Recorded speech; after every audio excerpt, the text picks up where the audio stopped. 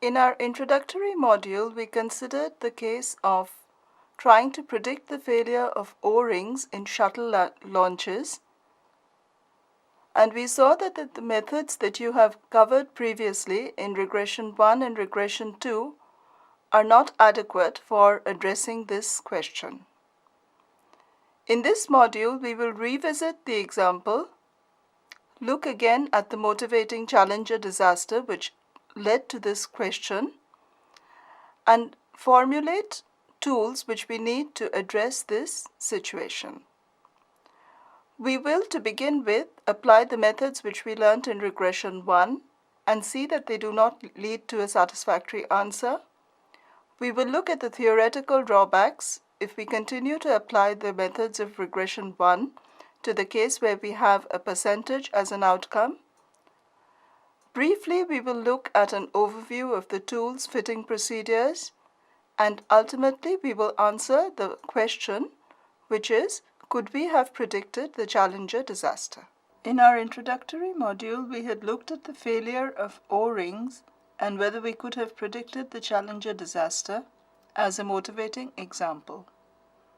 In this module, we will look further at methods for predicting the failure of O-rings and see what they say about our ability to predict the Challenger disaster.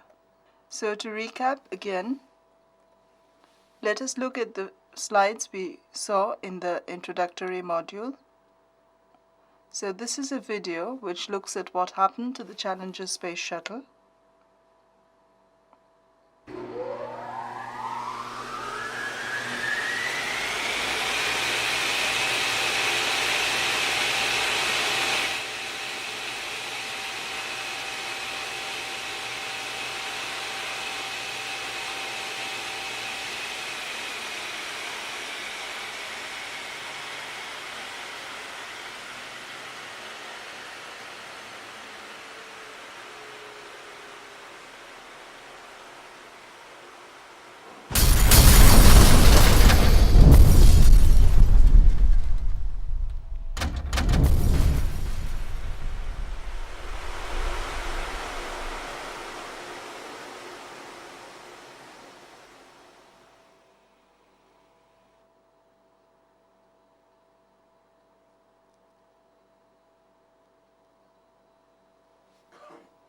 That was a video of the Challenger space shuttle going off course and exploding over the Atlantic Ocean.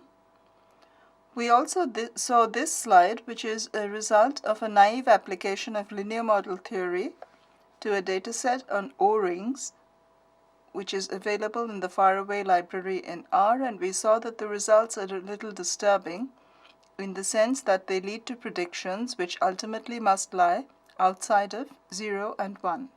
We saw also that this could be fixed by introducing the concept of a link function, and that there are many choices of the link function, two of which have been listed here, the logit and the probit link.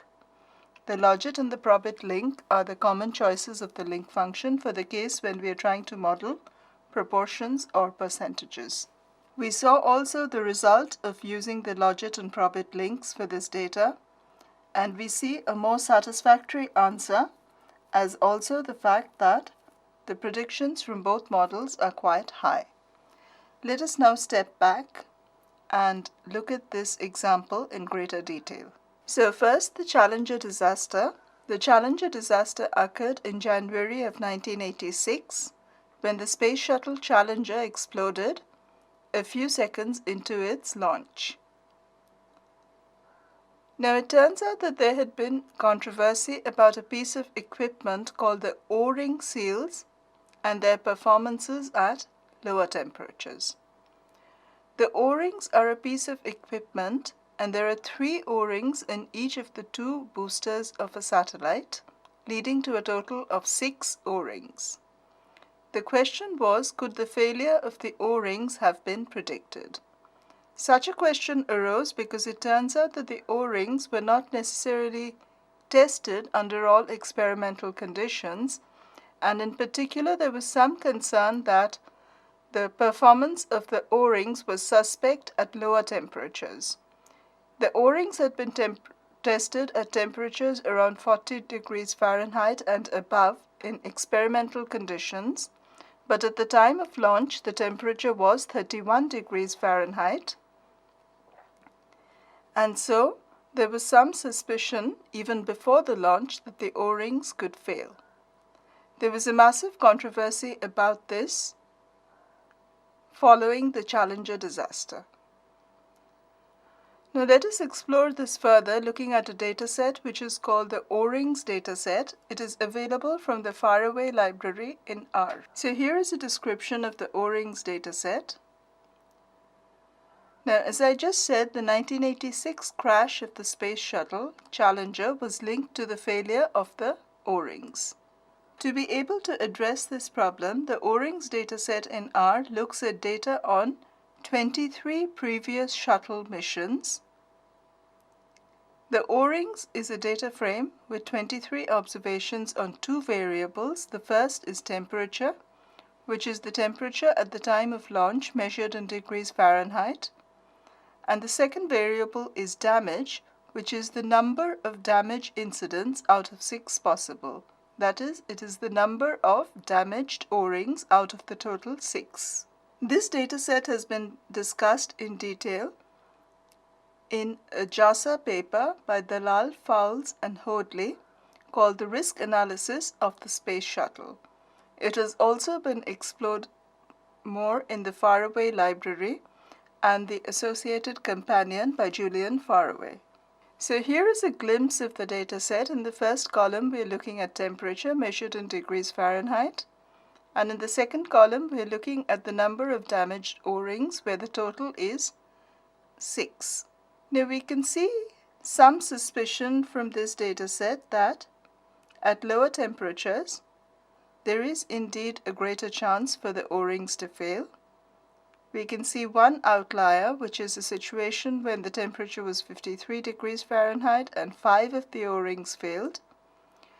We can also see that at none of these shuttle launches was the temperature near 31 degrees Fahrenheit, and thus to answer our motivating question of whether failure of O-rings can be predicted at 31 degrees Fahrenheit, we need to find some kind of model which will explain the data. So let us first begin by doing the naive analysis. So to start with, I call the Faraway library and the O-rings data. I plot the data and then I fit my naive linear model where I'm looking at the proportion of damaged O-rings out of 6, and I regress this on temperature. So this has been done using the LM function in R, which is used to fit the usual linear model, and I have stored it in an object called LMOD. I am also plotting the regression line on the scatter plot using the command abline LMOD. So this is the plot which results from running these commands, and we see as before our usual disturbing result that this line, if extrapolated sufficiently, will lead to predicted probabilities which either are negative if we go above about 77 degrees Fahrenheit, or they will lead to predicted probabilities which are above 1 if we extrapolate to sufficiently lower temperatures. So this is not acceptable, and I need to find a means to rectify this. So technically these are the violations of the linear model which occur when we try to apply the linear model to cases when we are predicting proportions or percentages or even counts. The first is that the errors are not normally distributed. Now think of the regression equation y equal to x beta plus e. Now if y is binomial, then obviously the right hand side of this equation cannot be normally distributed, which is the case that would happen if the e's were normally distributed. So this is my first violation. The second, it is well known that the variance of the binomial outcome b n pi is given by n pi into 1 minus pi. In the example in which we are considering, pi is a function of T or temperature, And this means that the pi's are different for each individual. Now, if the pi's are different, then the variances must also be different, and we have a situation where there is heteroscedasticity. So this violates the normal homoscedasticity assumption of the traditional linear model. However, it is not a violation which can be fixed using the usual tools we have learned to deal with heteroscedasticity, because there is something deeper. And this is that while the mean is n pi for a binomial variable, the variance is n pi into 1 minus pi. So not only is there heteroscedasticity, there is something deeper, which is that the variance is a function of the mean. So the moment we specify the mean, we are also automatically specifying the variance, and we cannot model the variance independently. The third is that the predictions lie outside the range. We have seen this in the plot, where if we fit a linear model and we continue to extrapolate this line, at some point the line has to reach beyond 0 or beyond 1. The fourth is the idea of nonlinearity. Now we know that when we say linear model, we do not mean linearity in the covariate, but rather linearity in the parameters. As long as we have linearity in the parameters, all the results from the Gauss-Markov setup will hold, and we can use this to frame our inferences. Here I am considering nonlinearity in the covariate. Now we have seen that fitting the linear model to temperature results in a line, and by the definition of a line, this is not bounded and at some point must go beyond 0 and 1. However, in many cases, it might be possible to argue that once we go to extremes of the exposure range, my outcome will tend to plateau off. And thus, linearity in the covariate, which is assumed by the linear model, the simplest linear model, is not necessarily applicable, and we need to find ways to account for this nonlinearity also in the case when our outcomes are proportions or percentages. What then would be an appropriate way of modeling this data? Well, one, of course, could be to try and find a transformation of proportion and try and reduce this to a linear model. But let us see if a more fundamental approach is possible, starting from the assumption that we have a binomially distributed random variable. So the first line on this slide gives the probability mass function for a binomial variable. This is well known. Probability yi is equal to small yi is ni choose yi pi to the power yi into 1 minus pi to the power n minus yi, where yi takes the value 0, 1 up to n.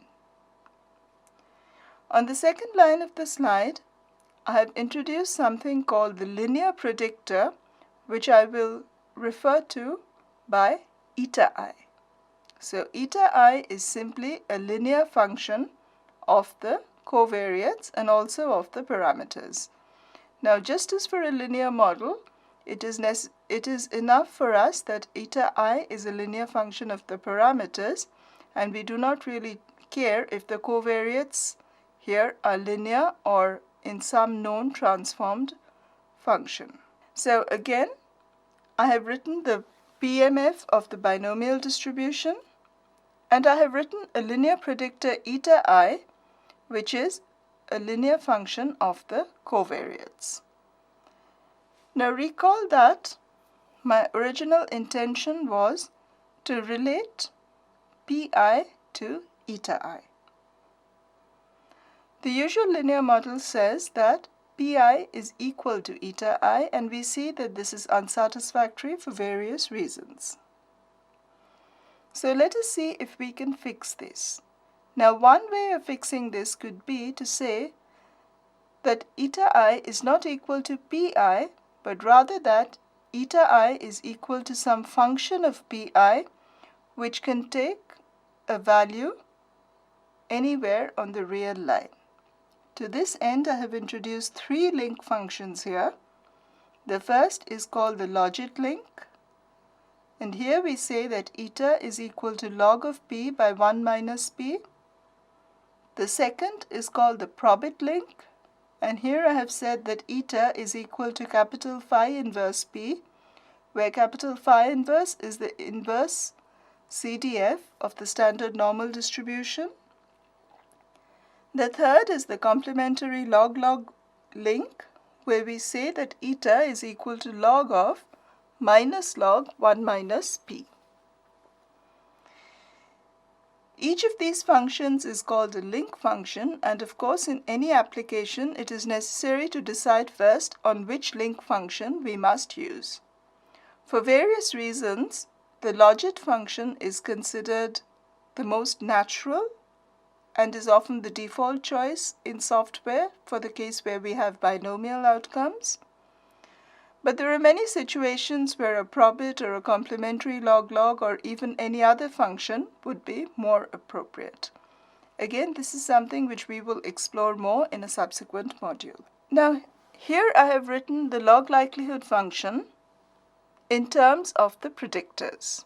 So this is the same log likelihood function which arises from the binomial likelihood, whereas in an earlier slide we had seen this written in terms of the pi's. The moment I am able to relate p to eta, I am able to write the likelihood function in terms of eta.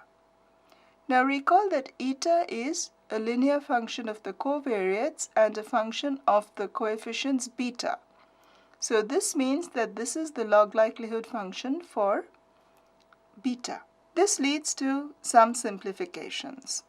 The most important is that we no longer need to develop new tools, because the moment I can write the likelihood for beta, I know that I have the well-tested tool of maximum likelihood for purposes of inference.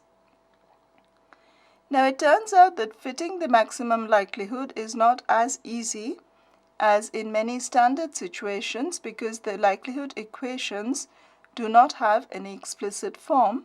This means that I cannot extract beta from this equation, but it is an implicit equation in beta. However, it is still well behaved, and I can solve this by Newton-Raphson type methods. There is a variant of the Newton-Raphson type method called Fisher scoring, in which the observed information is replaced by the expected information. For actual computation, we can do this in an iterative form using an algorithm called iteratively reweighted least squares. It turns out that the model can be fit by iteratively fitting a sequence of least squares on a newly constructed random variable. More on this later in a subsequent module. However, the take-home message from this is that the minute we are able to calculate our maximum likelihood, we no longer need to develop any extra methods, but we can fall back on maximum likelihood asymptotic theory. So this means that we can exploit the asymptotic normality of the maximum likelihood estimator for finding confidence intervals, and for testing, we have three ready-made tests, which are the Walls test, the score test, and the likelihood ratio test, which can be applied to any situation in which we are able to write down the likelihood, and the likelihood satisfies some standard conditions, which it does in this case. So let me try and fit these new techniques to my O-rings dataset. To do this, I call a function called the GLM, which is very similar to my LM function. Now, as you can see from this piece of code, my outcome here is a matrix with two columns, where the first column is damage and the second is 6 minus damage. So the number of successes and the number of failures. It is regressed on temperature. A new part of this code is that family equal to binomial. And I'm using the dataset O-rings. So I fit this using the GLM command, and I store the result in the object logitmod.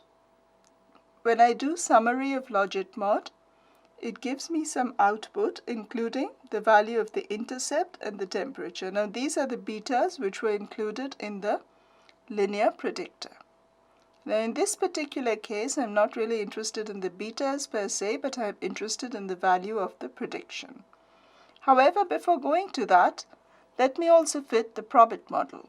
So here is the syntax which I would use to fit the probit model. As before, I'm calling the GLM function.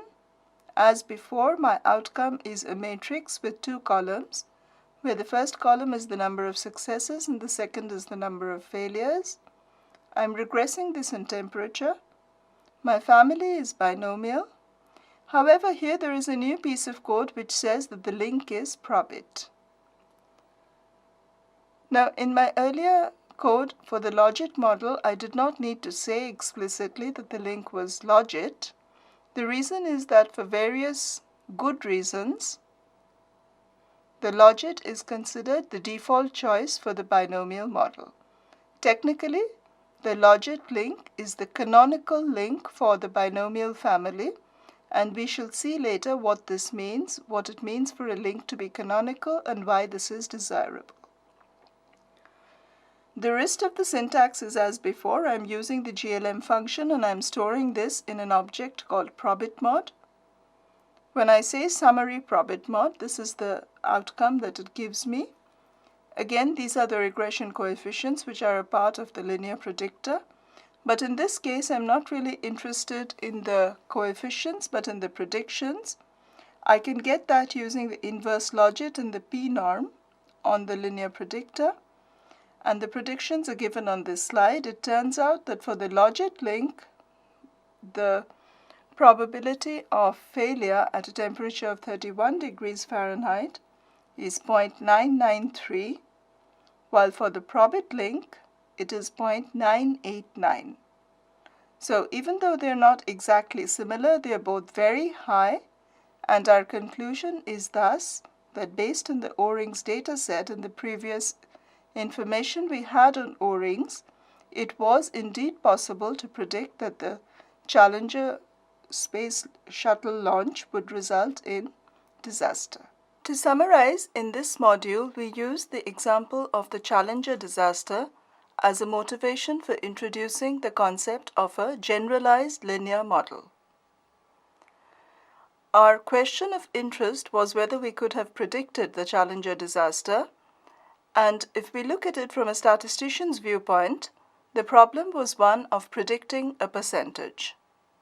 We have seen that the linear model has shortcomings, and indeed the assumptions of the linear model are not met in this situation. We have briefly introduced the concept of generalizing the linear model to the case where we have a percentage or a proportion as an outcome.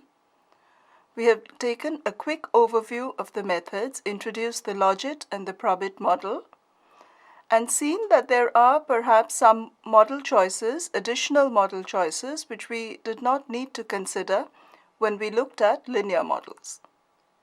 In this case, it is the form that we choose for the link function. However, in this particular example, the choice of the link function does not have much bearing on the example, and we can see that the predictions from both the logit and the probit model are similar, and indeed both of them say that yes, we could have predicted the Challenger disaster.